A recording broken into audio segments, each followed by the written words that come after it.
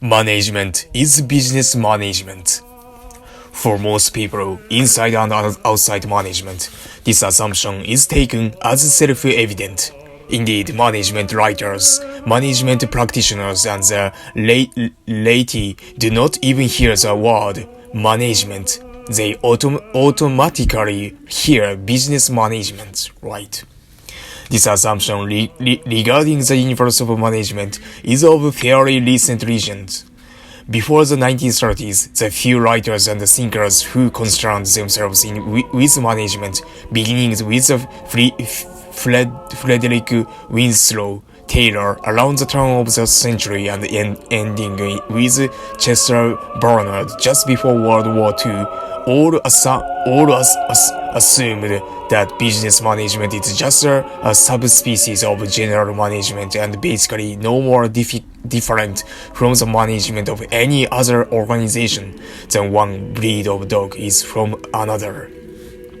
What led to the identification of management with the business management was the Great Depression with its hostility to business and its contempt for the business executives. In order not to be tarred with the business brush, management in the public sector was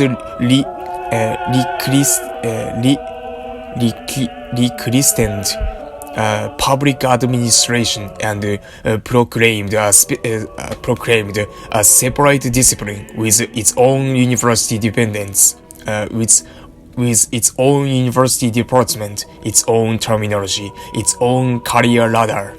At the same time, and of the same reason, what had begun as a study of management in the rapidly growing hospital, for example, by Raymond Sloan, the younger brother of GM's Alfred Sloan, was split off as a separate discipline and christened hospital administrations.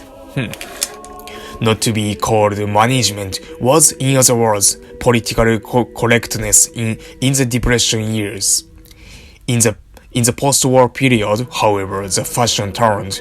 By 1950s, business had become a good word, largely the result of the performance during World War II of American business management. And then very soon business management became politically correct as a field of study above all. Wow. And ever since, management has retained, identified in the public mind as well as in academia with business management.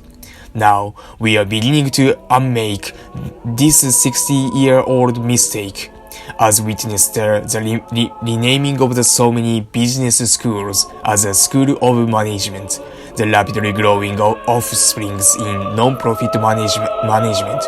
By these schools, the emergence of the executive management programs, recruiting both business and non-business executives, or the emergence of the departments of the pastoral management in the divinity school.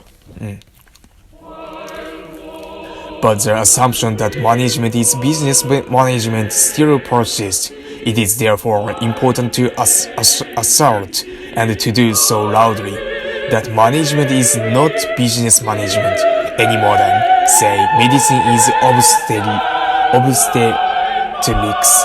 Therefore, of course, difference in the management among the different organization missions define strategy, after all, and strategy define structure.